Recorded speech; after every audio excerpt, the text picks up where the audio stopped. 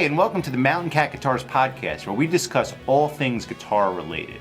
My name is Doug Meyer, owner of Mountain Cat Guitars, and I've been buying and selling guitars professionally for over 25 years. From boutique guitar and amp builders, vintage guitar dealers and experts, guitar repairmen and luthiers, retailers, manufacturers, and of course guitar players, we talk to the people who buy, sell, play, and of course obsess over the things we love most, guitars. Hey, what's going on? This is Daniel Ferry, producer of the Mountain Cat Guitars Podcast. You are coming in on part 2 of Doug Meyer's conversation with Eric Cocco of Labella Strings. You know, if you look at the earliest videos, they're pretty weird looking, but, you know, because it was odd to play guitar to just Daniel. And sound has to be right. Now we do it every day. Yeah. But, you know, like, and now there's podcasts, you know, because it was my wife's idea, ultimately, because I listen to podcasts all day. Yeah. You know, different things. History, I'm really into all kinds of weird shit. Love, right. Find it right. And my wife's like, why don't you just make a podcast? And I was like, it's a great idea. Oh, yeah, technically I could. Daniel could film anything. You know, we have this place, you know, like, okay, let's make a podcast, you know, like, you know, and it's already paying off, you know, it's already like, it's enjoyable to do anyway. Yeah. It's how I see half my friends now. It's like, you know, you're coming into town, we're doing a podcast. You know, a lot of my friends are people I work with now. Yeah, because I don't have time to see anyone. Talk to you for an hour. Yeah, I know. This is a great opportunity. People are so busy now. If you talk to someone on the phone for 3 minutes, it's unusual. Yeah. Usually it's texting now. Yeah. You know, like, so like the podcast is like, you know, I talked to Cobra for 2.5 hours. I hadn't seen Cobra in a long time. Yeah. He was one of my oldest friends. You know, so like I got to catch up with Cobra, and everyone else got to catch up at the same time. Yeah.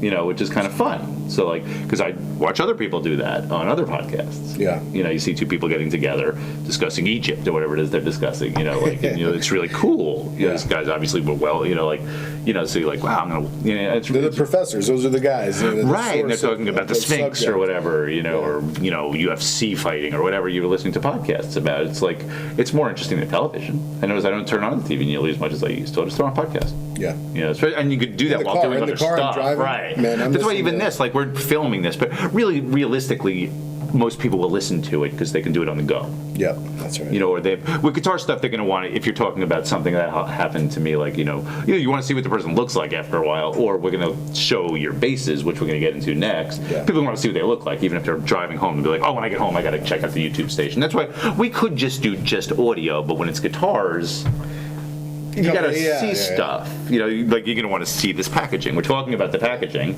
but you could see it, and Daniel would cut it in and be like, "Oh, that does look really cool and retro, right? That's cool. I can see why they're talking about that." But a lot of guys just do audio. It would be fine. Yeah, you know, you can get the point. But it's this is more interesting to see it, and it's more interesting to see what the people look like. Well, when I was 12 and like I was driving up to work with my grandma and my dad, and my grandma was like, "Eric, you got to hear this guy on the radio. His name is Howard Stern. He burps." And I go, oh my God, I got into Howard Stern like really young. And then I was like, I want to know what these guys look like. What's he look like, right? And, you know, I found Robin was black. Right. And Howard... people's voices very often don't sound like they sound. And I was like, oh my God, this is really tight. This is cool. Now I know these people more. And, you know, it's human beings. Yeah, that's why podcasts are so interesting. But sometimes you'll be listening to like a Joe Rogan thing or something, and he's introduced, you know, mostly I listen to that. I never watch it for some reason because I listen to while I'm doing stuff. But then you want to see what the person looks like. Yeah. Like, you know, you listen to them talk for an hour. Like, I'm just curious to see what they look like. Like, that's what the guy looks like? Yeah. Because a voice never, he looks just like I thought he was going to look. That never once has happened. Yeah, you know? Because how would you possibly get that right from a voice? You can't. In fact, I thought he's this gigantic guy, and he's this little guy, or he's not even, you know, American. I didn't know that. You know, he's from another country. It didn't sound like it. You know, all those handsome DJs back in the 50s were not handsome. Those great voices, right? They weren't handsome. Yeah, just because you have a voice like that doesn't mean...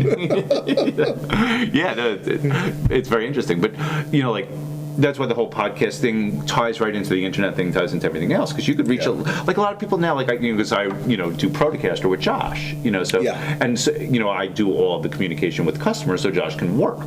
So and nowadays I find myself going like, oh, if you really want to know a lot about Protocaster, just watch the podcast because you can meet Josh. Yeah. You can see what he looks like. Mm-hmm. And you could find out pretty much everything was covered in that 2.5 hours that you're going to ask me anyway. But you could really get a feel for who you're dealing with. You can see what I look like. Mm-hmm. You can see what Josh looks like. If you want to get a makeover done by us, you can see what kind of people we are. Yeah. And you can see if we're the kind of people you want to do your guitar for you. I think it's kind of important. Yeah, in the world that you're probably not going to meet us. You're probably going to ship us this guitar, and we're probably going to ship it back to you. So you could actually see who you're dealing with. It's, you're trusting people with your guitar. Yeah, you can meet them now. You know, that's, you know, like, even this, like, oh, the labella strings, let me see what that's all about. Oh, that's the fellow who makes labella strings? I had no idea. I would have thought he was an older guy. Yeah. You know, like, oh, wow, he's a young guy. You know, oh, it's cool. It's a place in Brooklyn. I get it. You know, like, wow, this is cool. I would have, you know, it's just another way to reach people, and that's kind of the name of the game Connect. these days. Right. Connect, yeah. Because you can connect with people now. It's chances are you're not going to meet them. Like, most of my customers now I sell guitars to, I'm not going to ever meet. But I've sold them 20 guitars already. Yes. But they're in Texas. It's heavy, yeah. So it's cool. They're my friends. Yeah. I consider them friends. Sure. I don't even know what they look like half the time. Yeah. But they'll just call to say hi. Yeah. You know, it's, they're my friends, because especially if you go through a long guitar deal, or if I do a custom build for somebody, it could take 6 months. Yeah. And I'm talking to these guys every couple days for 6 months. And then you finally get them their guitar, and it's like, so we're not going to talk tomorrow, are we? Like, this is over, you know? Like, and then, then 2 weeks later, they start another one. Yeah. You know, like, and half the fun was talking to that guy and sending him the pictures of his guitar getting built. Like, that's my funnest thing, like, because I send pictures of everything as it gets built, especially a Protocaster thing, because Josh will just keep sending me pictures. Right. And when you send them to the customer and he goes, oh, I had the shittiest day of work today. I came home and I saw these pictures and it just made my day. That's nice. That's something really special you could do for somebody. It is. To be able to make somebody's day better, it's pretty fucking awesome. Yeah, absolutely. You know, but just by simply sending a picture, imagine sending the guitar at the end of it. Yeah, and you really made their day good. You know, their whole weekend or whatever it is. But like, that's the magic of all this. That's something new to me, since I've been a string maker for so long. Now we're making instruments. Right. I realize how different that business is. It's the same business, but apples and oranges. Right. When you hand crazy. that bass to somebody, they're going to make music with it. Like, that's a serious thing. That's like, someone's trusting you with their expression of their soul, basically. And Moss is like, Eric, people take strings off and toss them in the garbage because we're making things that are going to last forever. And I was like, yeah, Moss, Yeah, but man. the thing you never make thought doesn't of do it that shit way. without the strings. Yeah, no, okay, it doesn't. It sounds terrible without strings. It does. You can put new strings on. But I know what he's saying. Yeah. But everything that goes into making that instrument. Yeah. Someone made everything part of it. Yeah. You're going to get custom-made pickups, or you make your own pickups, or whatever it is. Yeah. I never take it for granted that, because the people who are buying this stuff from us, this is their passion. Whether they play in their basement to nobody or they're playing for 15,000 people a night, it doesn't matter. This is what they love, and you're helping them do that thing. Yeah. That's special. It's really nice. It's really that's a really important thing. That's why I always I don't take it for granted that I get to do this. It's cool to make a living. You don't have to wear a suit, shit, but you can look like a freak. But but you're really there are those moments where you just really made someone happy. Yeah. And you got to get money and pay your bills with it. Yeah, it's kind of cool. Absolutely. But I would do it regardless. Like when I got my job at Chelsea Guitars, when they offered me the job, I never even asked them what it paid. I didn't even think to. Right. I think I made that mistake when I started working for my family. Right. It turns out it wasn't so much. There was a reason they weren't just saying it. I got a lot of room. But to I would work did here. it for free. Yeah. It basically was. It turned out it wasn't that much money, but but it never even like most people. They talk about a job, they ask what the salary is. I never even asked. Yeah. Just went there. Hey, Moss and I Cool. had this conversation. We don't do this because we want to be millionaires. Right, it comes up on every podcast. It's the same thing, because you don't go into this going, what's the best way for me to make the most money ever? Guitar playing. That's the ticket. Everyone who does that's rich. Yeah. Right. But if you do what you love to do and you keep pursuing it, it's got to turn out okay. Yeah. Yeah, you're going to make a good product if If you really put your soul into anything, that's the whole thing. I just couldn't see doing something and I've had regular jobs that weren't in the guitar business. Not many. I was lucky. I only spent a couple of years before I got my job at Chelsea Guitars, and this kind of started my whole road down to here. But I had regular jobs that I just didn't care about. Not that none of them were terribly miserable, that I was just like, this is awful, but I just didn't care. Yeah. All I thought about was guitar all day. But when I was in New York City, there only were, maybe 6, 7 guitar shops. Guys who worked, those jobs didn't come up, and then I had no experience. I just lucked into a job at Chelsea Guitars. I hung out there.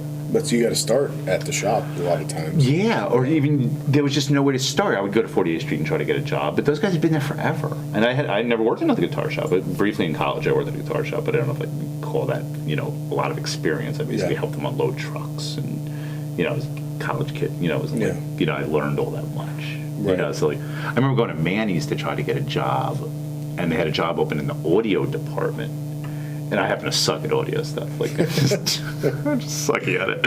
And they gave me a test, like a Yeah, some heavy cats would go in that. those guys, there's probably guys who aced that test and got that job. It was not me. Yeah. I couldn't even understand the questions. And these were heavy audio questions. Family-run business. That was tight family-run business right there. And they wanted legit guys. I mean, those guys probably made real money. That was the center of the world for Guitar Row back then. Yeah. Like when we first started going there, it was like, there were only a couple other guitar shops in New York City. There was Umanov's downtown, and Alex's, you had Manny's. Yeah. It was mostly on 48th Street. We didn't even know the other ones were there. I didn't know the other ones were there until I moved to the city. Yeah. When we first started going to, because I grew up near here, we would take the bus to New York City just to go to 48th Street. I could care less about what was going on in the whole entire rest of New York City. I didn't care. Yeah. I just wanted to go where the guitars were. No more now. Stand outside. Well, that was a thing. That was always going to happen. Yeah, of course. I mean, how could it sustain there? And all the leases were due at the same time. And that was done on purpose. Yep.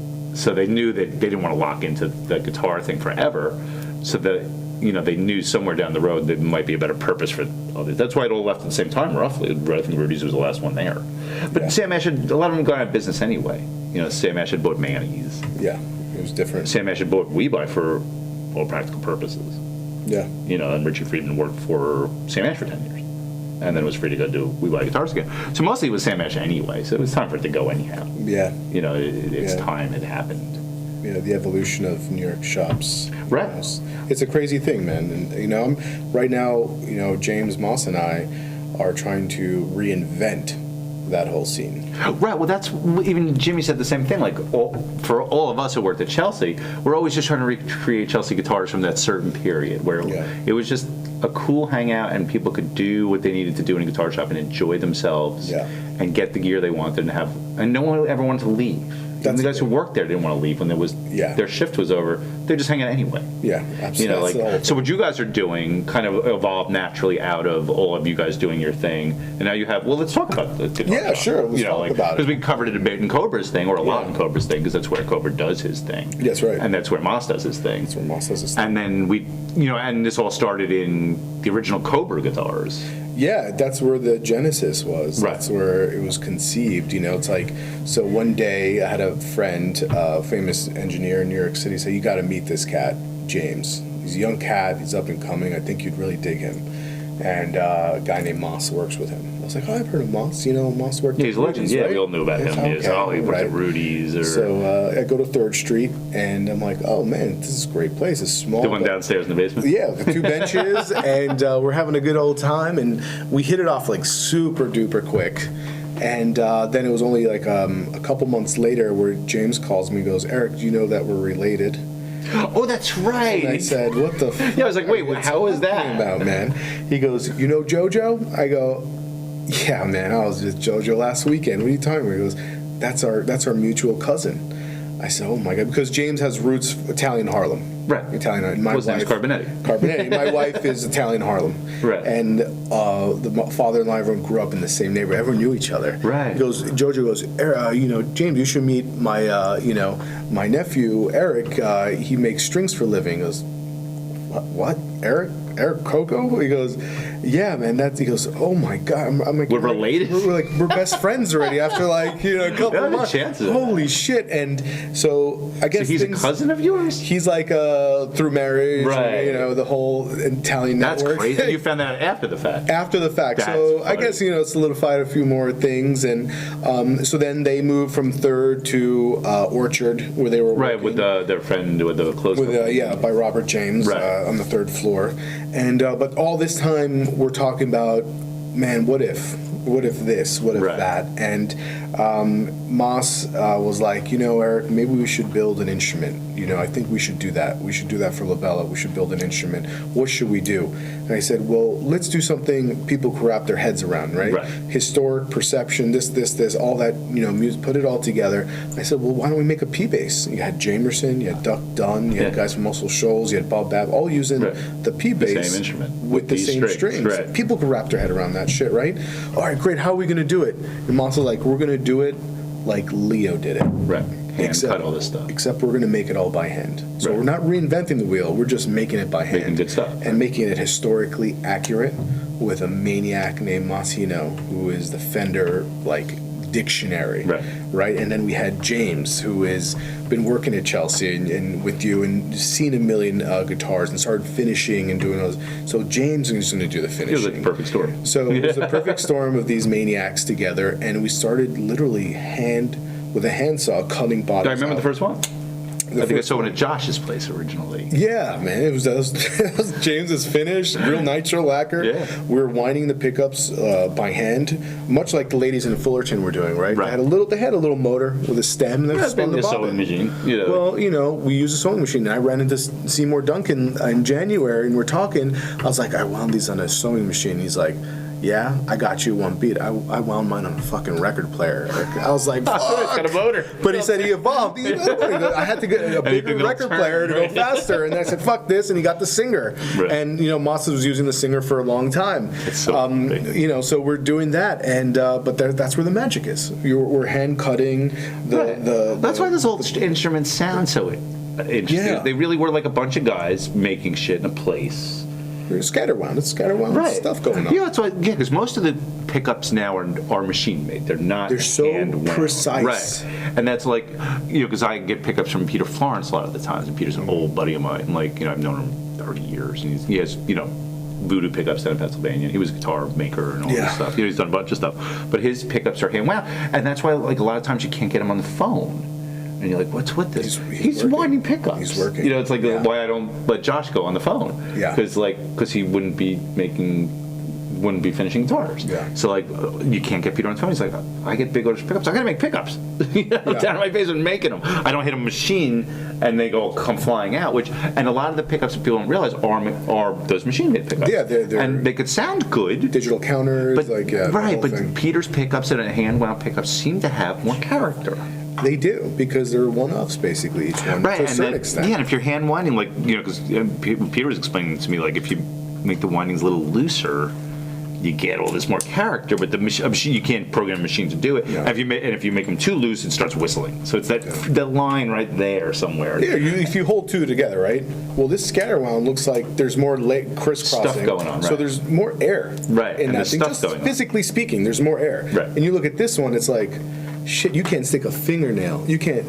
Right, they're perfect. You can see anything it. Right. there. Yeah. So that's and some of these companies their pickups sound good, but they begin to sound almost generic. Yeah, big time. But then every once in a while you get these handmade, companies, and you put it on and it's super microphonic, and you have to set it back, because they're dancing that But if it was just a little bit more this way, it'd be the best pickup you ever heard. Yeah. Because that microphonic poly section, if it's not microphonic but it's close, you're getting those overtones where it's like, whoa, do you hear you let up a little bit and this is happening now, and they called it the bloom in the PAFs. Right. You would hit the note and it would just, if you just kind of shook it a little bit, it seemed to go whoa. And it was just like this Peter Green and those guys were doing that. They're playing through Marshall amps and they're turning all the volumes down and just shaking the strings, and they're getting all this the supernatural, like the Peter Green thing. We just go. Everyone's like, how did he do that? The guitar's just basically singing, and he's just manipulating it slightly. Jeff Beck and all those guys started to work with that. Yeah. And of course, Hendrix came out and whoa, then it just went into outer space, and the whole world changed overnight. It did. Because all of a sudden he's going, woo! And then it's now he's literally sounds like something from Mars just landed, and alien. Yeah, he's got a really good drummer, he's really killing it, and he looks cool. That's for damn sure. And overnight, everyone's like, "How? Give me a Stratocaster, and I need a 100-watt Marshall, and I need one of those wah-wah pedals, and some kind of fuzz." Now this is happening. The world has changed after that. Yeah, I mean it happens once in a while. Then Eddie Van Halen comes out after that, and now it's all I need a Floyd Rose. Then it changes again. Yep. When that happens, so say Van Halen comes out and you guys are doing it, what did he do for strings? Did that change? When everyone switched to the metal guitars, did you guys switch strings at that point? There was some experimentation going on. Because there weren't really heavy metal strings. They never really happens. You know, those type of things. But I mean, now people down tune and all this stuff. Yeah, they really like the right. You guys, I'm sure, make strings for those guys. Sure, you make multi-cell guitars that go up to 080. Right. 72 and this and the. Right. So I was always selling vintage guitars, and everything I sell is primarily vintage. If it's not a vintage guitar, if it's a boutique guitar, it's vintage inspired. Yeah. So I don't deal with that much, right? Yeah. We do repairs at my place, so you do get the kids come in, like, oh, I need this tuned down to this, and my low A string is of this. And you're like, yeah. Well, we started making custom strings to fit all the wild scales, so you could actually go online, and I will like a guy coming in for a suit. I will take that model guitar and I will build a perfect string, because a lot of times an 080 won't go through, or 100 won't go through that little tuning peg. So I have to design it so they taper past the nut exactly, and this and the other, and people are like, holy shit. And I've been doing this now with some success, and people come back to me and they're like, they put them on their Ibanez's, their H-string Ibanez's or Schecters, and it's like, oh yeah, there's the guy who tailor makes strings for these guitars now. So there's a whole nother little world of guys, because that's like a whole nother vocabulary of guitar. Yeah, it is. Guys want 7-string guitars, they want to down tune all the stuff. That's a whole new world. I don't understand. It's like those are made by hand. You can't go to another big guitar string manufacturer and be like, I want a 120. Well, sorry, man, I can't do that on a machine. Right. It's like, well, I can. I do a lot by hand still. That's a big deal. A lot of people probably don't know that. So a lot of guitar manufacturers are undercutting the performance of the guitars because the strings that they can buy aren't really the best and most optimal ones. That's really interesting in itself. Yeah. So it kind of like impedes the creativity, but I'm able to take it now. Does that happen in other instruments? Like you make what's the oddest instrument that we would never know that you made a string for? Oh Christ! Or you make all those saz strings. Sure, saz, sitars, therbos, 5-foot therbos. I still do all that really heady, romantic Baroque style stuff because we were the same family making the strings for those instruments. Right. We still make them today. Wow. So those people get a genuine sound. The strings people still play. I mean, there's still all that chamber music and all that stuff. Yeah. Those people are still playing those instruments. Totally. They have to get Are there more companies now doing it, or are you guys the last guys left for certain things? Yeah, less and less. Yeah, there can't be as much money in making a saz string. The last time we made gut strings was in the Long Island City factory. Right. Before we And what replaced gut? The guitar boom. I mean, steel. Plain steel. But what about like nylon strings for they're nylon? After World War II, with the advent of nylon took the music string industry by storm and everything by storm at that point. So people weren't using gut trebles anymore; they were using nylon, monofilament trebles. Well, the sheep were probably excited about that. The sheep, thank God, But there's always that funny myth about it being catgut. It's like Italians use that myth to overt other Italians for making strings because killing a cat was bad luck. Right. So it was never cats. Lover. Yeah, me too. I love cats. It was never cats. It was the sheep. Right. But you can throw a couple of things. Well, in you could there eat to a sheep, divert I people. guess. Sure, you could eat a cat too if you're really hungry. It's kind of frowned upon in our country, at least. Totally. That bums me out when any animal is used for anything. I'm one of those people, but I would never play the thing if it was a cat. It's funky. It's something special. But it's not like all the sheep are now living longer. No.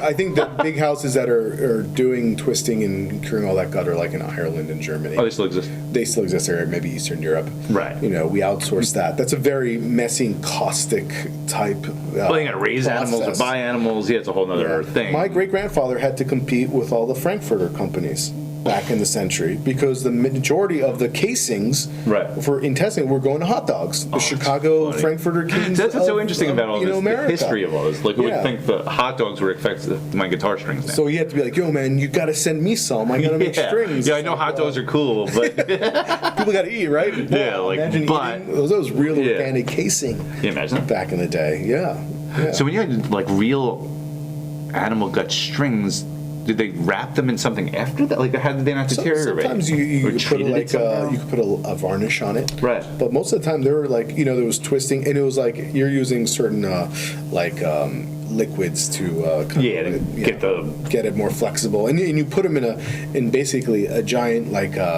frame, and you twist it and you leave it. You twist it and you left it. You twist it and you left it. And you dried it. And it was on the 4th floor of the factory in Long Island City. And I know people who've known me since I was a little kid. Players would go visit, and they say, "Holy shit! In the summertime, man, you wouldn't want to go close to that floor." Imagine that. So that was that. There's the poor cats who worked in that. Yeah, that was an incredible building. That was a really awesome building, and unfortunately, we had to move from there in '82.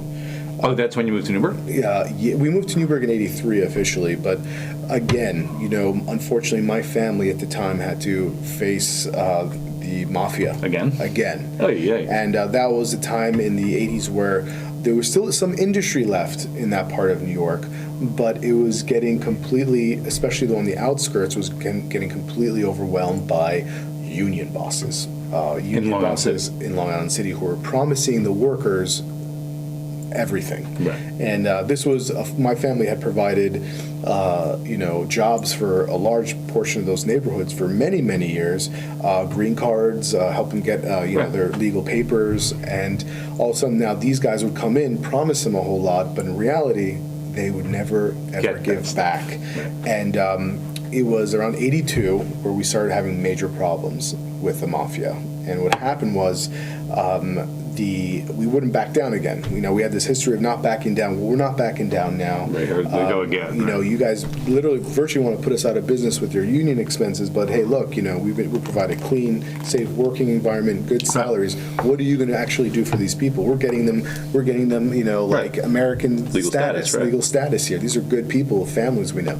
Oh yeah, well, we'll take care of you, and we'll take care of them too. Oh well, no, get the fuck out of here. So it got kind of heated, and my dad tells me a story. One day, black Cadillac rolls up, and my grandma and my dad are going into the factory that morning, and guy comes out of the car to my grandma and says, so-and-so wants to have a meeting with you.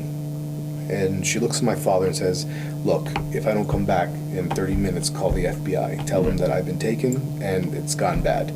Now, you're talking about my grandma. My grandma grew up in Italy during the war while my great-grandfather was making strings in New York. She was shot at by the Brits, the Nazis, and the Americans. And she survived. Okay, she's a tough woman, really tough woman. She tells me stories of getting bombarded, I'm sure. Curling up in a little, Which was in Italy, right? In a little cellar. She tells me a story of Nazis coming to her door with the German shepherds. Like, they nearly killed my grandfather. They nearly killed my great uncle. They went through that, you're pretty starvation. Tough, yeah, what are you eating? First time she got a note to my great grandfather to say she was alive was when the American troops rolled through the town. Wow. She ran up to a troop and said, to the American, hey, you got to send this letter for me. She goes, who are you? She goes, I'm so-and-so. My dad's in New York. He goes, bullshit. You're in a little town. Your dad goes, I swear to God, look at the dress. And he's like, Long Island, New York City. You're in line. She goes, can you please tell him we're alive? Wow. Can I know? So he got this letter. Found out his family was alive after 6 years. Okay. Yeah, it's inconceivable. Inconceivable. He said he put a trunk of money together, sent it because everyone was starving. He said, get the hell over to New York. There's enough of that shit. Yeah. I still go to those places in Italy where the bombs dropped, where my family was, and everything. So, tough lady. Yeah, I had an old grandmother, they were in Russia during all the pogrom. They were tough. Stalin killed most of Russia with his those villages were not there that long. I think he's responsible for killing 10 million Russians, wasn't he? Yeah, himself. Yeah, he didn't kill as many people as Mao, which is Stalin made killed a lot more people than Hitler, but Mao killed more than both. Of his own people. Know that until recently. His own people. Their own people, right? And some other people, but they killed their own people. Stalin was a psychopath. Sorry, Stalin fans, but I've met some. Yeah, I've met some. I know. Well, Danny at Chelsea went through this Stalin period. Danny, who's a voracious reader, but if he was reading it, he made you read it. He just pressured you. Yeah. He made me read all these books about the gulags. One of the most depressing couple months of my life. I don't know why. He was like, "You got to read this." It's like my life in the gulag, and I'm reading this shit. And I'm like, so depressing, but. But I read it. He was on a Hitler kick for 10 years. It was fucking brutal. Oh, man. But he's like a historian. Danny reads every single book. If there were 10 books in here, he would have read them all by the time he left. Stays up all night reading. He's, wealth of knowledge about crazy shit. But the Stalin period was horrifying. Oh, but he makes you read it. Like, it's get the into worst. it, right? Like, I don't want to read another book about Stalin. Here, read this. All right, just one more. You created the rail system. It's like, oh, that's fucking great. But they do crazy shit. These people live in these gulags, and then Mao from what I got killed the most of all those people, and then there's like Pol Pot and all these other little smaller versions. But but we digress again. Seriously, on that note. Yeah, somehow this was going to be about Mao and Chairman Mao. And when I went to college, they made Chairman Mao sound pretty groovy. The Cultural Revolution. They never mentioned that he killed that many people. That's why you see people wearing Che Guevara t-shirts. He was a brutal guy. Yeah. He was a brutal guy. But then, he was doing what he thought was right for his country or whatever. So, like Mussolini and all these, people, they're all power-hungry freaks, too. And, absolutely. it'd have to be Mussolini seemed a little nutty. He was a nutty guy. I guess he didn't end up. Didn't end well for him. But he fucked up a lot of people. Anyhow. So your grandmother and so unfortunately we're faced with this issue. This Cadillac guy. My grandma was like, my dad said, call the FBI. This is gonna be nasty. This could be very nasty. And he was like, "What are you talking about, Mom? What's going on?" She's like, "You know what's going on." So she goes in. She meets at the Neptune Diner, and I don't know if it's still there. And she meets the boss, the big boss. She sits down with him. He's having his coffee, and they're talking. He goes, "You know what's going on here, right?" She goes, "Yeah." And he goes, "So what's your decision going to be?" She's like, "I'm not gonna back down to you. I'm not scared of you, and I'll never be scared of you." Because you'll have to, figure something else out. So maybe we could come to an agreement. My grandma was a very beautiful woman, and he proposed maybe they should go on a date. Oh. And she said, "Over my dead body." And he pulled out the gun, put it on the counter, and said, "We could take care of that." That could be the thing, right? That happens. Off she went. And she goes, "We got a problem. It's going to get real now," and it got very real. So there was a really rough period in my family. I'm sure. The whole factory went on strike. Everyone took off, and we were at a standstill. Whoa. So the biggest. You remember that, I assume, right? Well, I was a little boy. Right, you must. I was around. I was a little kid. Oh, you didn't really understand what was happening. I didn't understand what was happening. And so everything stopped. Wow. About 250 employees stopped. Everything stopped. That many employees? We're the largest string manufacturer in the world. This is the 80s. That's a lot of employees. A lot of employees. And we were supplying, again, to every major... Well, at that point, you were making Ernie Ball strings, probably. We were making one of the people. That's just one of the many people, And we were making strings for these violin companies and these... everybody. All of a sudden, it stopped. Wow. And, even the most faithful customers said, "Hey, we have quotas to make. We've got to make the instruments, right? And it stopped. And my dad was basically under the cover of night with the lights off, rolling in to work to make some strings and putting stuff together, boxes, so we could put some food on the table." Whoa! And someone ratted him out that he was coming in real late. And one morning when he rolled, it was like 2-3 in the morning, rolled up. There was a group of guys waiting to kill him. Oh, jeez. Yeah, they were waiting to kill him, and I just prove a point, say, "Hey, look, you're pushing, we're going to kill you," right? And that's it, So he was like, "Shit, man." He turned on the lights, turned around, went back home, and said, "We got to move." This is it, yeah. Someone's going to get killed. We're nearly completely done. This company that's been around for all these years. It's going in the garbage anyway. Can't pay the rent. What the hell are we going to do? So smart move. We had to leave. It was either that or get killed. Right, or someone was going to get killed. Yeah. Yeah. So we left, and we found a place in Newburgh. Big old Central Hudson factory. It was such an. What was Newburgh like that? Well, Newburgh was pretty rough already. Right. Newburgh. If no one knows about Newburgh, it was one of the best places to live in the whole country. Right. Well, so was Detroit. Detroit, they called like the Paris of the East or something. Yeah. We were one of the first. Newburgh had one of the first boulevards with light. Is that right? It's Broadway. If you drive from Broadway, Manhattan, up 9W, you will hit Broadway in Newburgh. Wow. Once again, absolutely. It was an old immigrant neighborhood that had steel industry, textile industry. Right, you could see stuff was there. It was there. It was right on the Hudson. So they used the Hudson as the highway. Right. But all the manufacturing left. Dies, right? Well, all upstate New York, like even Syracuse, that whole area. was decimated. Decimated. Where the Erie Boulevard, Erie Canal was. It was all business at certain points. Beautiful old buildings. You could see. I guess that was the 1800s, early 1900s. That was all slam. It was all manufacturing up there, and it was all decimated probably at the same time. So I went to school in Syracuse. So you never went into the town. No. It was like just a shell of a place. It was a shell, like you said. It was depressing. Yeah, you could see these were old hotels, but now they're just The Ritz was on Broadway in Newburgh. Right. Lucille Ball had her first performance at the Ritz. Is that right? In Newburgh. Yeah. Absolutely. That's just why because they do have all those Victorian homes, and now people are rehabbing. I've heard of both. All the barons, all the steel barons, all the textile barons. We're up there. So now people are rehabbing those houses. They're doing their best. Right. It's like a lot of these places are trying to come back. Yeah. Even Suffern, where I live upstairs. Not that anything like there was never huge manufacturing here, but you could see there was a theater up here that was there obviously from the 1800s, still there. And then even 10 years ago when I moved here, there wasn't so much going on our little main street. Now there's a lot of stuff going on. Yeah. People are moving here. Yeah. And it's really great, like Beacon, New York, all these places. Yeah, they came back. That was a desperate place. Right. And they're trying up further into the Catskills. Pete Seeger had a lot to do with that. Right. Pete Seeger had a lot to do with it. Even the Catskills really died because of all the hotels that were up there in that whole period. Yeah. That area was slamming. That all went. Yeah. With the Concord and all those hotels, and that was like a whole cultural thing. My grandparents had like a bungalow. They called them bungalows. Yeah. If you lived in the Bronx, you had a bungalow up in the Catskills. Yeah, the Jewish Catskills. Right. And the Jewish Alps. That's what they called it. The Jewish Alps. Yeah, it was the Borscht Belt. There was a million of those hotels, and if you had a few dollars in the summer, you were up there. Yeah. If you had a lot of dollars, you were up there for the whole summer.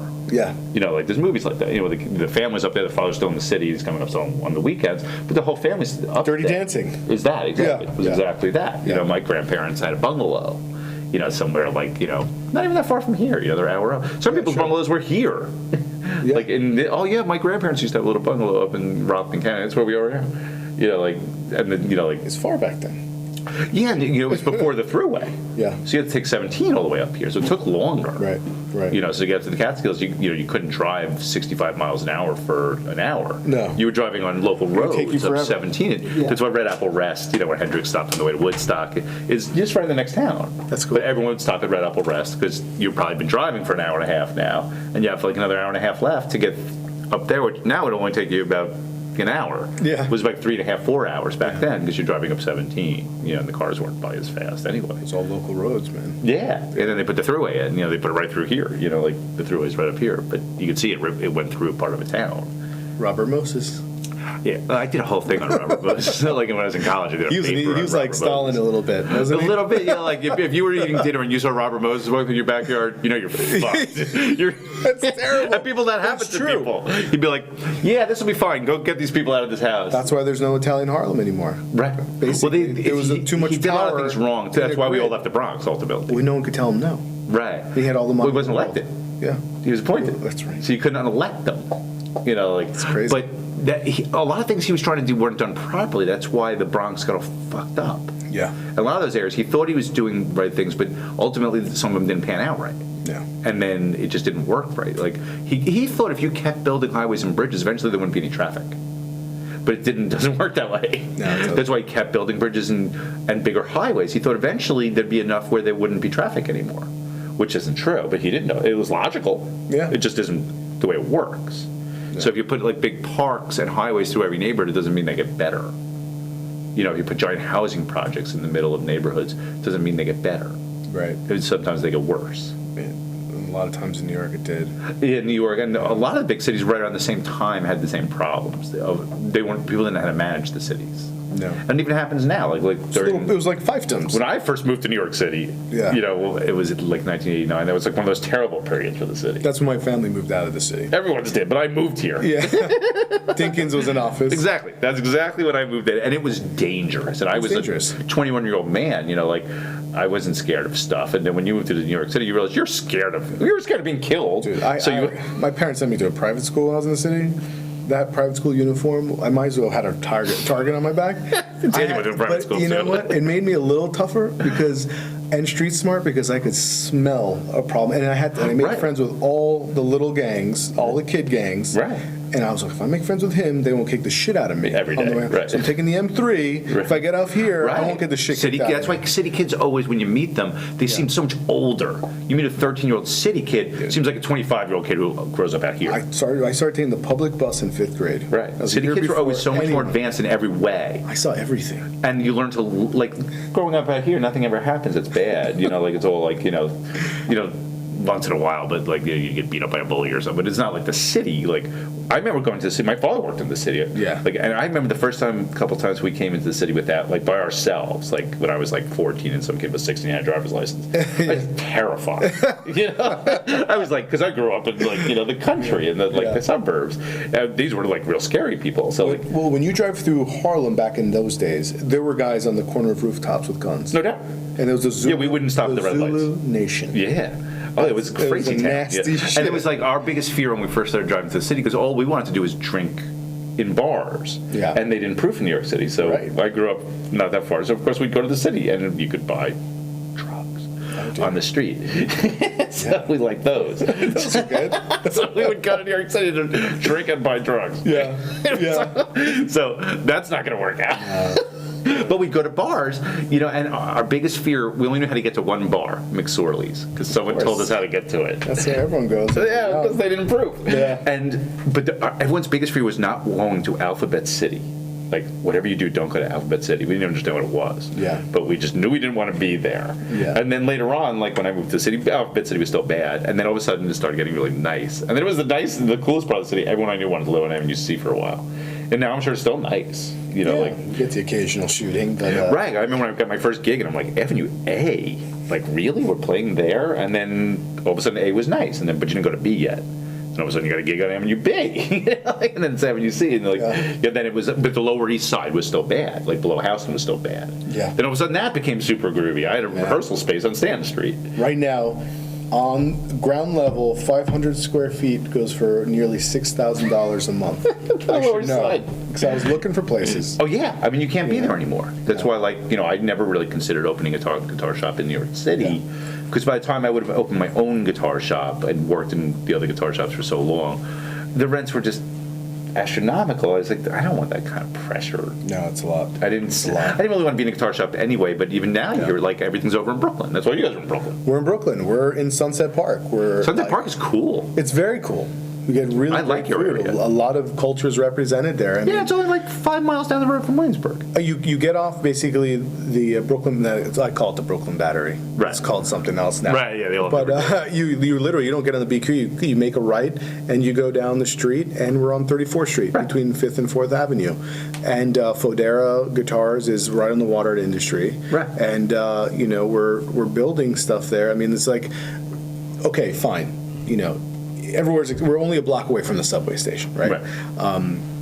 And we're getting a lot of people. A lot of people live there now. I keep telling people about your place. Yeah, thank you. There's a guitar shop there? I'm like, well, it's not a guitar shop. It's a place. It's like a guitar thing. It's like it's a thing. It's hard to describe what it is, but it's all Labella Strings is there, and Moschino's there, and Cobra Guitars is there. Yeah. People are consigning stuff with you guys. Oh, absolutely. You're turned into a legit guitar shop. This is a legit guitar shop. So our angle is this. Like, I don't know many manufacturers that decided to say, hey, we're going to open up our own place. Right? And so Moss and Jimmy and I were, okay, let's come up with this dream place. And now this is our dream place. Well, we have tons of connections in the industry. Right. So I'm calling all the best boutique builders and amp builders and pedal guys, and Jimmy's doing it, and Moss is doing it.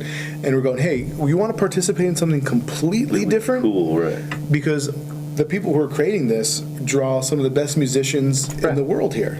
But it really is an organic thing. So very organic. And the best things are that way. Yeah. So I remember the first space, now you have that whole floor. We have the whole I remember going there when it was half that size. Yeah. And going like, this is like a legit guitar shop. Like, you have a guitar shop, really. Open 7 days of work, repairs, just starting setups, and guys are building guitars in the back. We're building guitars. I'm sure you're doing repairs because Moss is there. Absolutely. That's what draws in. We're providing a service. Right. And this is the whole thing. If you're not providing a service in New York City anymore as a guitar shop, you're fucking done. Well, that's why the shops are all going. Yes. Because most of them are from another period anyway. Yeah. And they can't make the transition. But it's just too expensive. Like, I always tell people, as time went on, the markup on guitars got smaller and smaller. Yeah. And how a guitar shop used to make all its money was strings, straps, picks. And guitar stands. You got it. Because I ran them. I know how they worked. Yeah. So, every set of strings you sold, everyone who walked into the shop left, say, $40, $50 there. Right. Because while you're there, you're going to grab some strings. Yeah. And you may see a slide you want, but you're not going to not buy your strings and then come back the next day because it's not near you. Right. And you can't order it online because there isn't it online. Right. So that's really when I would think, we used to, at Chelsea, if we didn't sell a single guitar for the entire month, say, we still had enough money to pay the rent. On repairs too, and pay everybody's salaries. That's right. So, and the markup on guitars was really big. You could buy guitars with a big markup, just coming in off the street. Yeah. We were a used guitar shop, so we were just buying stuff off. We didn't even go looking for guitars. We just all day they'd walk in because we were fair on prices. Yeah. And we weren't fucking assholes. Yeah. So in New York there was very few people who aren't fucking assholes. So we were just cool. We were just fair. And most of these people were friends of mine after a while. So, but you could make money and you could make real money. Guys back then made a lot of money. You could buy Corvettes. Guys got rich. Yeah. And especially in the '70s when people didn't know vintage guitar prices and you can go to a yard sale and find that thing and make 10 grand on it. Yeah. That started going away over time. It still happened when I was in the guitar business, but not nearly as much. Yeah. Now you have 18 million vintage guitar dealers. They all have tons of dough. So they go to guitar shows and buy retail. They don't give a shit. They don't even need to make money. There's a lot of people with family money. Right. Who open up shops, like you said, buying at retail. All over the place, right. Well, it gives them a fucking hobby. Right. It's their hobby business. It's not a hobby for me. Me either. I make my living selling. So and I always have. When we were creating this dream, I know how to start a place on a dime and a ball. And, Me too. and we did. Yeah. And I did through my friends and because it grew in our clientele, which was already there. It was an organic thing. Yeah. That's why when I wanted to get out of the guitar shops in the city, because I'd done it for a real long time, I just thought I was done with doing guitars. Yeah. Because I didn't want to be in a store anymore. I'd just done it too long. It was changing. Things were changing. The internet changed things. And I was like, maybe I'm just done with this. Maybe I'll find a different way to make a living. Yeah. I'd always been a guitar player. I always consider myself a guitar player who worked in a guitar shop for money. So I could tour and play music, right. Which is always my thing. But as you get older and older, once I got to a certain age, I didn't want to be a professional guitar player anymore. I didn't want a record deal. I didn't want any of that. I just want to play music. Yeah. In bars where I like to play music. So, right. so the idea of making my living playing guitar, I didn't want to play gigs I didn't want to play. So I wasn't doing that. And then I always made my living working in guitar shops. And then I was like, I don't really want to do that anymore. So I was like, well, maybe it's time to make a career change. Maybe I'll do something else. And I couldn't, there was nothing else I wanted to do. There's nothing else I always wanted to do this. Maybe I'll do this. I didn't really have anything. But then suddenly I got the idea of why don't I just be a private guitar dealer? I know enough people. Maybe that could work. Yeah. If I have low overhead, I know enough people. I could probably just sell guitars. I didn't even see the boutique thing coming because that just happened all by itself, which was really cool. Yep. But it really was an organic thing. I was like, well, I'm just going to leave this here. Originally, I was going to move to Woodstock and do it. And that's a whole convoluted story. It didn't work out. I was going to keep my apartment and move in the city and move to Woodstock. And then the plan just became, let's move right in the middle. And we found stuff and bought a house that had a business in it. And I went and just got down to it. And all these magical things started happening. All the boutique thing and all this happened. So you could kind of reinvent things, but we all, like even Cobra said, we're all trying to reproduce Chelsea guitars from a certain period because they have to be worked there. Yeah. And it was such a special moment in time. And it went on for a long time. It went on for I worked there for, I think, 13, 14 years. Right.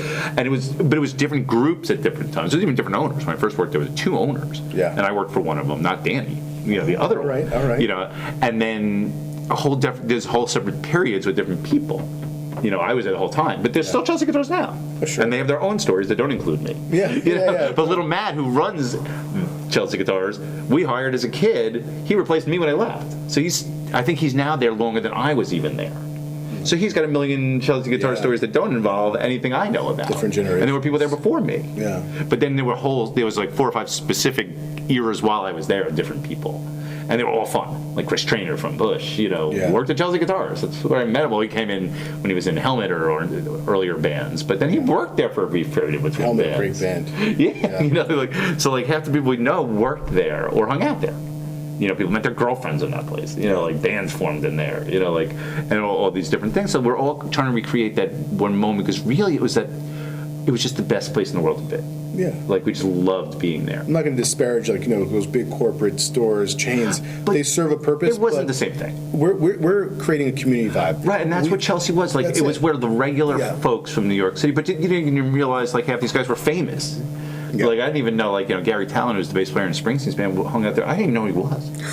I didn't know what he looked like. I was never a big Springsteen fan. And he was a local guy. He lived a couple doors down. People are humble guys. He never mentioned it until one day he's like, "Oh, I got a gig tonight. I got to go." I'm like, "Where?" He's like, "Madison Square Garden." I was like, "What?" He's like, "Oh yeah." It's like, I was like, "What's your name?" I was like, "Oh, you play with Bruce Springsteen?" Like, he never mentioned it. Right. I knew him for years. Yeah. I didn't know that's who he was. So it wasn't relevant. He was just a guy who came in and hung out. Yeah. But he was just such a cool guy. But it's like, that's what was cool about Chelsea is you never knew. There'd be like street junkies, and there'd be Richard Gere. It was just so out there. Like, there'd be like Billy Gibbons and that guy who broke our window last year. And that's what your little experience. You have all those people. Like, my place won't be like that because it's by appointment. But when you have a place, people go. It's like a cafe. Like, I'm sure the golf club store has the same people stories, or used to.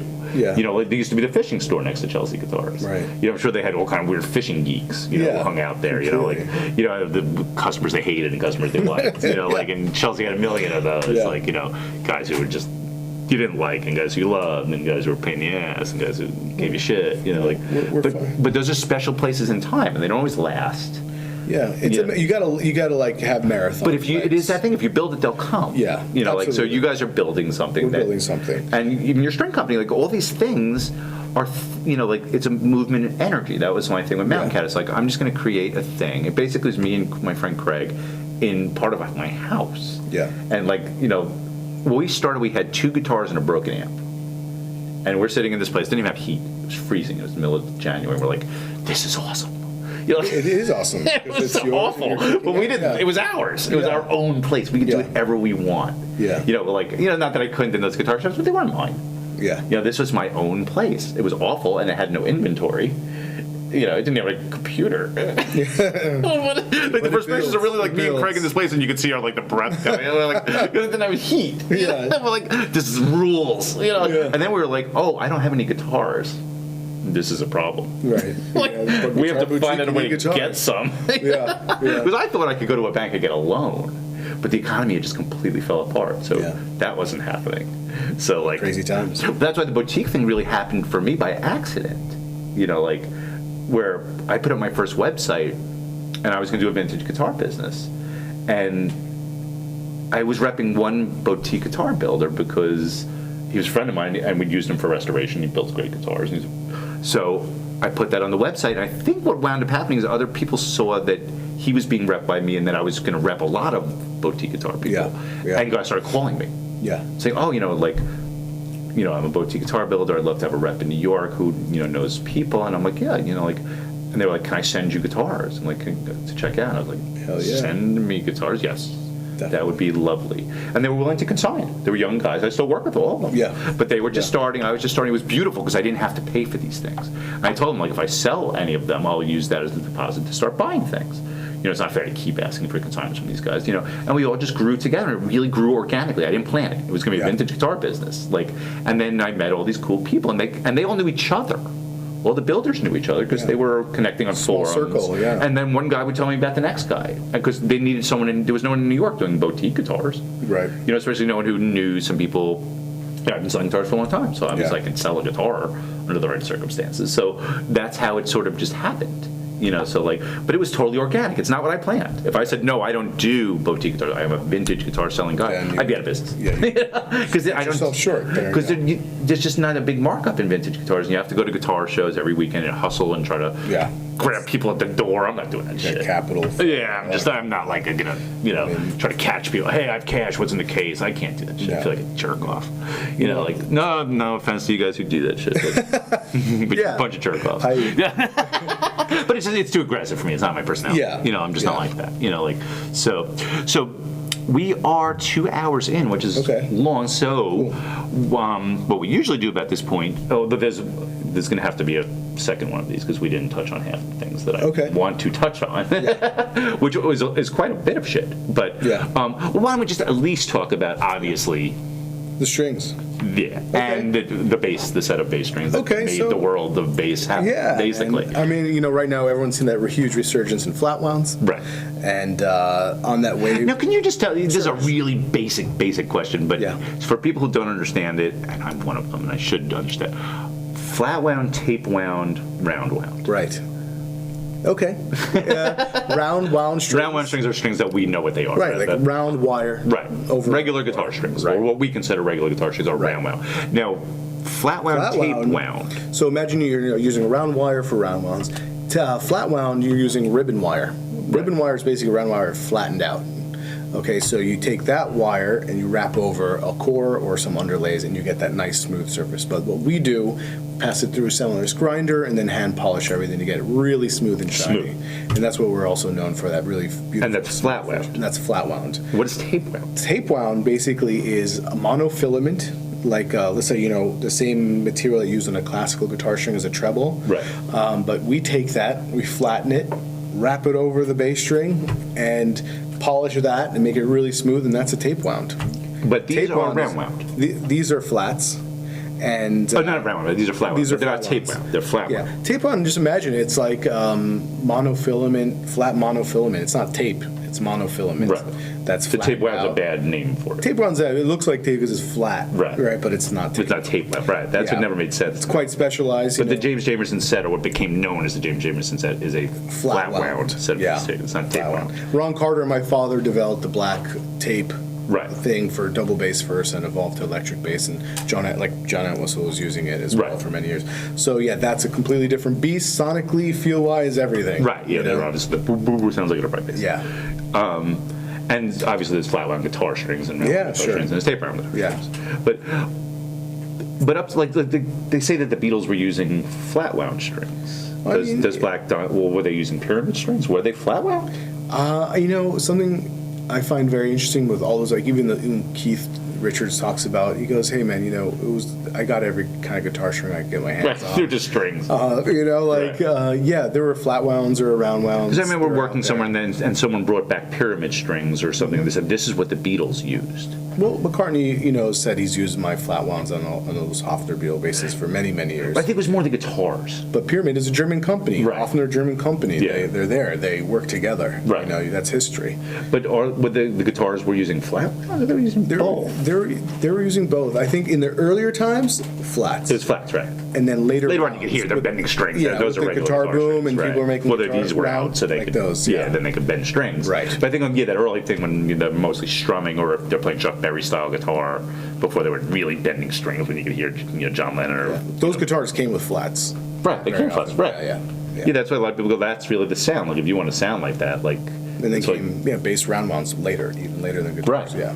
Yeah, and those were all flat wounds. Those were all flat wounds. Yeah, whatever, Bill Wyman was doing, pulling the frets out of these Yeah. weird things and playing them. Who like used my strings for many, many years, and then he started using the Steinberger strings when he played the Steinberger Right. with the Stones. It was a dark period. It's weird, it's different. Yeah, anyone who had when Johnny Winter was playing a headless guitar. There's that great Guitar World where Van Halen's there with his 5150 Steinberger. Right. And labella strings all over the floor in studio, and he's happy as shit. 'Cause, he loved Alan Holdsworth, and everyone Right. was playing that type of guitar. And, so yeah, we basically touched on a lot of people. But yeah, generationally speaking, those in the early time, late 50s, a lot of flats. Right. A lot of flats. That's why a lot of people don't really and I don't, I can't say I know that much more than anybody else who worked in guitar shop. So it's not, that wasn't something you discussed all the time. Like then, DR strings came out, and there were other kinds of strings. For years, it was just like there was GHS, and there was Ernie Ball, and there was those couple of brands, and people seemed to have preferences, and you would try to carry all of them. Yeah.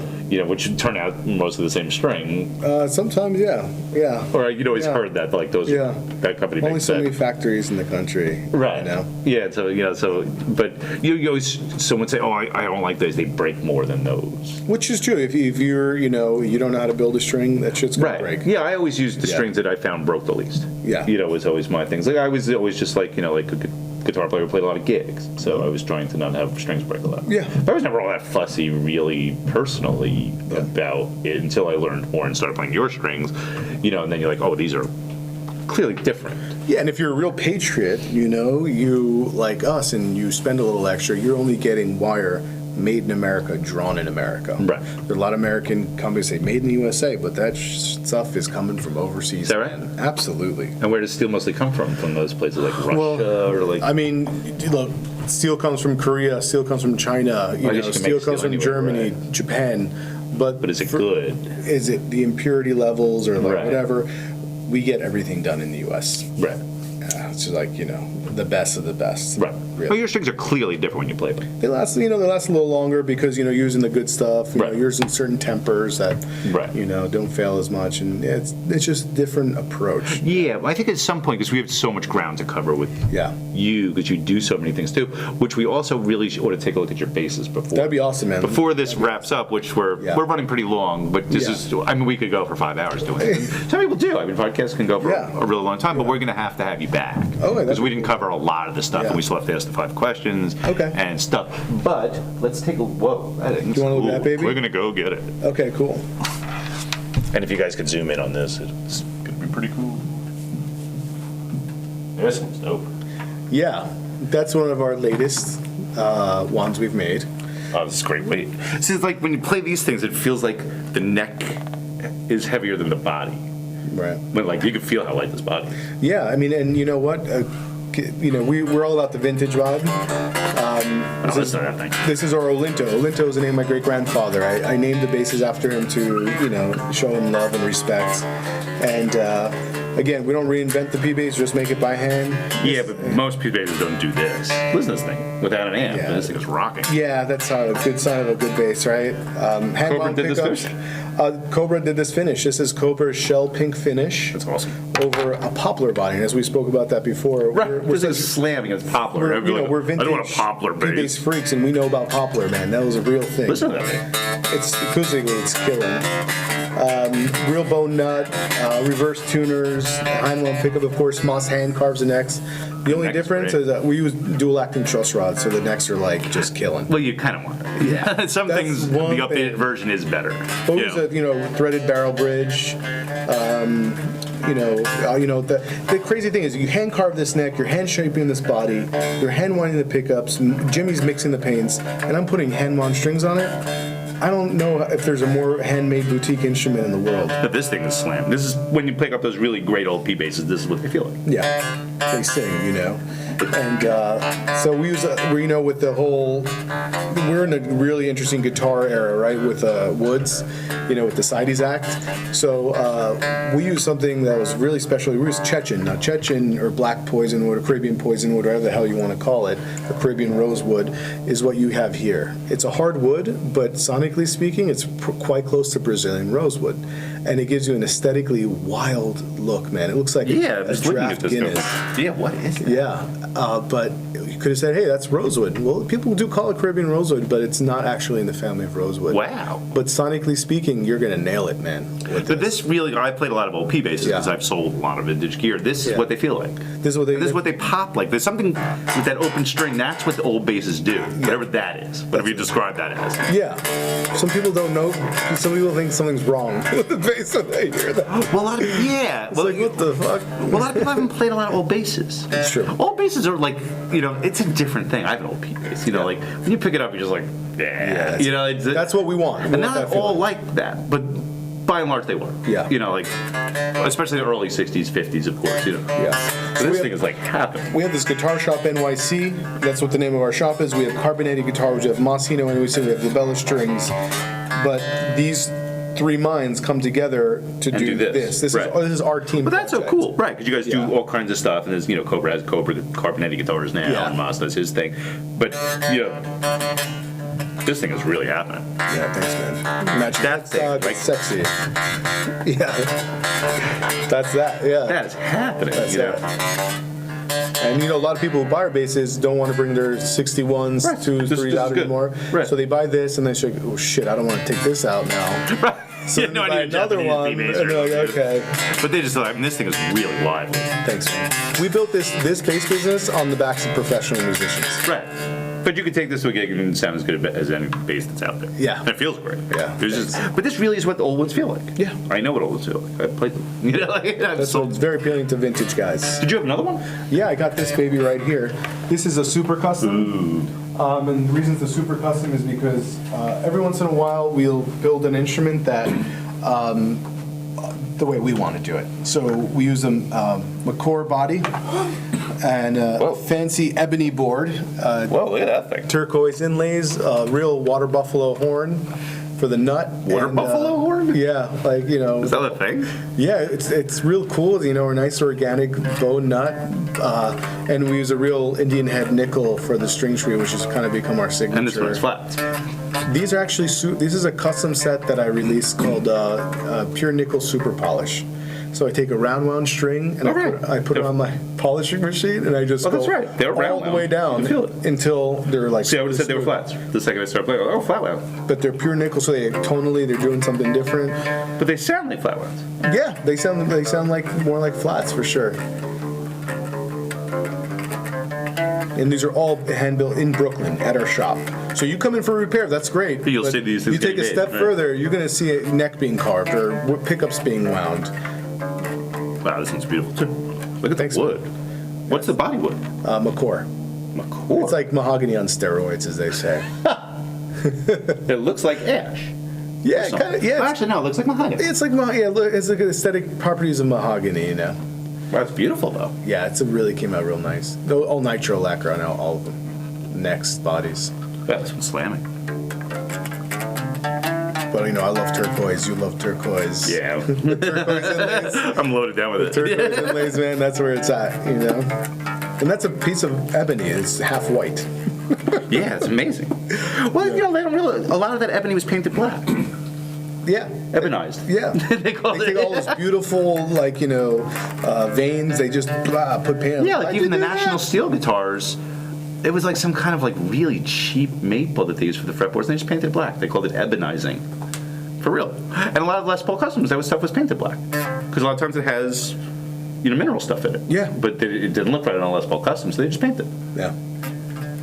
This one's beautiful too. Thank you.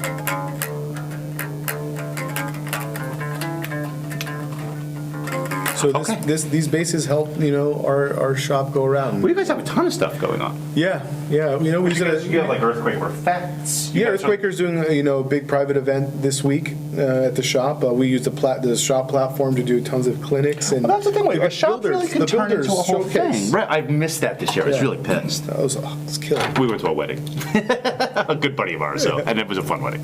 But it was good. But next year I will be. Josh was there. I know. I really wanted to be there. I know Rick McCurdy was there. I've been seeing him in a long time. He's a cool guy. Yeah, he was real. There's a lot of cool people. I'm definitely going to that next year. Cool. So, as we start to wrap up, we have the 5 questions, which was my wife's idea. So I always have to give her credit. It's obviously a good idea then. It was a pretty good idea. Well, the podcast was our idea too. So, and some other stuff in our life, I guess, was our idea too. So, and a lot of it we've probably already covered, and a lot of this won't really pertain to you. Okay. The first question, as I'm looking at it, yes. What were you doing before this? But you were just being by a kid. Before I moved, I was actually in the Virgin Islands, living and working on boats, taking people to national parks, and I've got a big connection to the islands. So I almost didn't leave. Wow. Yeah. So that's what I was doing before this. Wow. Yeah. Okay. I didn't expect that. Yeah. Wow. That's really interesting. Yeah. Here's an interesting one. Okay. What are you listening to these days?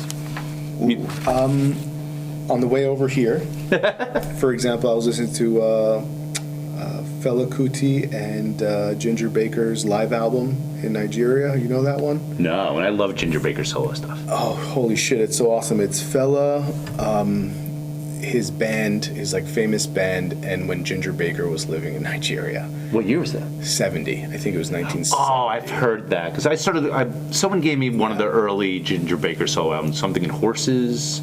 Oh yeah, he's a big horse polo guy, right? It was it's crazy. The horses. That's where he learned to play polo in Nigeria, of all places. Right. Yeah, he moved to Africa right after Cream. Lagos or some shit, yeah. But the album was so incredible that I started listening to all. There's like a something 69, like one of his records. He hooked up with some African. The hippest records. The craziest drum shit. Yeah. Of all time. And he hooked up with he was doing world music before anyone else was really doing it. He moved to Africa. He moved to Africa. I think he still lives in Africa. He's South Africa. Right. There was that whole documentary recently where Mr. Baker's went crazy. I think you guys know that guy, or Jimmy knows the filmmaker. Yeah, I don't think I do. Yeah. Maybe Jimmy does. He's in the network of friends. Yeah, and then Ginger Breaker at the end breaks his nose or something. With his cane. Yeah, it's in the face. Gives him a shot in the face with it. But, yeah, I mean, like, that, you know. That's good. So you were into, well, when I was talking to Cobra and I asked him the same thing, and, it's like listening to, like, heavy-duty jazz and, like, synth rock from the 80s. Yeah, that's Moss's. Yeah, because Moss is there. We listen to so much great 80s music. Yeah, it's like Moss just brought his whole record collection. Yeah. Or his dad's record collection. Great stuff, man. Yeah, Cobra always had really eclectic taste. Like, when I first met him, he was just all about Guns N' Roses. Still is. He's a little kid, right? Yeah, and then he winds up making a guitar for Guns N' Roses. That's cool story. That's in the podcast. Yeah. Because when he told me that, I was like, and they made me bring it to the sound check. Like, oh my God. It was an awesome moment. Yeah. Well, always Clapton, always reggae. I'm a huge reggae fan, huge jazz fan. Right. So, but yeah, right now I'm so into Fella. Right now. Yeah. All that Ginger Baker stuff is really cool. Yeah. Well, you may have already just answered it, but what would you be doing if you weren't doing the guitar string thing? Oh, I wouldn't. I'd be living on the ocean somewhere for sure, running a small hotel or bar. Wow. So you spent time in the islands as a kid? Yeah, my family sails. Oh, wow. So my family, they weren't country club people. They loved their privacy, so we'd spend weeks on a boat. Is that right? Yeah, it was my grandfather sailed, my parents, and That's cool. it's just where I kind of belong, where the soul is. Wow, that's awesome. Yeah. That's really interesting. I'd be a beach bum getting drunk. Yeah. Instead of selling guitar strings and getting Smoking drunk. weed, yeah. Okay. What is one? Well, you may have just said it too. What is your favorite drug of choice? Yeah. Do you like drugs? Yeah. What is one thing a lot of people don't know about you? One thing they don't know about me? It's an odd question. Yeah, it is. I don't know. Well, the sailing thing's enough right there. Sure, I guess. You lived on sailboats and stuff like that. It's pretty sweet. God, I don't know. I mean, it's my whole life's revolved around music since I was born. So, music's a passion. Yeah, sometimes these questions do things, sometimes they don't. Yeah. Josh had some interesting ones, because it turns out Josh from Protocaster is a really interesting guy. But yeah. His thing is that for many years he sewed curtains. Oh, wow. Like some bizarre thing like that came up, you're like, okay. Yeah. Because people's lives are interesting. And most people, since this was a family business for you, you were doing this. Yeah. But other people had other jobs, like Josh was sewing curtains and some other stuff that he mentioned, or curtain-like things. I guess there's a lot to curtains. Yeah. So you're like, okay, I didn't know that. But most everyone's path to where they go is usually really interesting. 'Cause most people have done something before they were able to be in the guitar business, because they probably always wanted to be if they're in this. But people did other stuff. Like Josh sewed curtains for many years, so he's probably good at curtains. So I know I'd be doing so. I've always been a creative person. I don't know, Right, fine. Yeah, because that's the thing. If it wasn't this, it'd be something else. Yeah. You probably wouldn't be like, well, if I wasn't doing this, I would be managing people's portfolios. It's probably not. It's a different, I different would not head. be doing that. Me either. But it's just a different space. I'm sure people do it, enjoy it, and all that. It's what they're interested in. But it's generally, but you never know that someone could have made that transition. I'm pushing from my that world kids to be this. chefs. Really? Like, come on! I was a big Anthony Bourdain fan. I was like, come on, kids! And That's a rough life, though. it is a rough life. That's long hours I've friends to do it. Like my, Farmer and the Fish, the restaurant in Purdy's. So the kitchen's open. My kids love to cook. So I go, why don't you say hi to the chef? The chef sees we're talking, comes out, and he goes, what do you want to do when you're older, kids? And I want to be a chef like you. And then he goes, no, you don't. And walks back in. Goes, go be a lawyer. Right. Or some shit. And they're that's what everyone in the guitar business would say, but they're not going to go do it themselves. Right. Like, oh, you could do something better than this. Go be a doctor. Yeah, it was very, most guys I knew who were doctors cute. fucking hate it. That's good. It's a hard job. It's a hard job. If you fuck it up, someone does. There's consequences. Yeah, always told me that's what's cool about the guitar business. If you fuck this up, usually no one dies. Yeah. Occasionally, but by and large, they live through rare. the process. Yeah. Totally. Yeah, like some job, if you fuck it up, they die. This isn't one of those. No. That's why we could be us and do our thing, And here's the last one, which is an interesting one. What is on the horizon for you and your companies? On the horizon? Well, right now, it's, we've just started the shop only a few years ago. This is what's basically on the horizon, is recreating the whole vibe in New York City. So the Guitar Shop NYC is like that. Right. Well, I tell everybody about your place because when I told them, like, you're in Brooklyn, I was like, you got to go to these guys' place. Like, it's cool. It's cool the way like guitar shops used to be cool. Yeah. Not like I have a shitload of money and I'm going to put these guitars on the wall and treat you like a dickhead. There's plenty of those. There's plenty of those. Yeah. Right. Yeah, That's why no one goes to those. Like, you're like, I'd rather shop online than deal with this fucking guy. Yeah. You know. Seriously. And that's what sucks. You know. That's why, like, you know, it used to be like, I used to go to Chelsea Guitar just to hang out with Les, who was, you know, Danny's partner, and then I wouldn't go there just to hang out with Danny. Yeah. You know, but you went there to hang out with those guys because they were so cool. Like they drew you into their world. Yeah. Not like I'm going to treat you like a fucking asshole because I can now. Yeah. It's like, You know, that's bullshit. No, you know, like yeah. who the fuck wants to do with that? Or like just treat you inhumanely. Yeah. Because of the color of your skin. Yeah. Or I don't need your money, so piss off. In New York City, it still happens. You come in and you got the wrong color. You're the wrong color. They will treat you differently Yeah, still no to doubt. this day. You know, people are And people. it's disgusting. People are just You see it. assholes. Yeah, You know, a it's lot of people are real cool. You know, but you want to deal with people who are real cool. Yeah, You know, like- sure. And now you have the option. That's the thing. Back then, you didn't have the option. If you had one guitar shop in your town and the guy was a fucking dickhead, you still had to deal with him. You did. And it sucked. Yeah. You know, so like it's like the soup nuts. You come in, right. don't so ask too treat many you like fucking shit, questions, and yeah. you just have to deal with it. Yeah. You know, like, and if that guy's a turd, you know, then you're stuck with this. Or if your Yeah. guy's really cool, then it's awesome. But like, you know, that's why it was cool when you went to New York City because there were all these guitar shops, but it turned out most of them were assholes. You know? Yeah. Like on 48th Street too, they were just mean. Yeah. Like when we were young, Don't especially touch. because we didn't have money.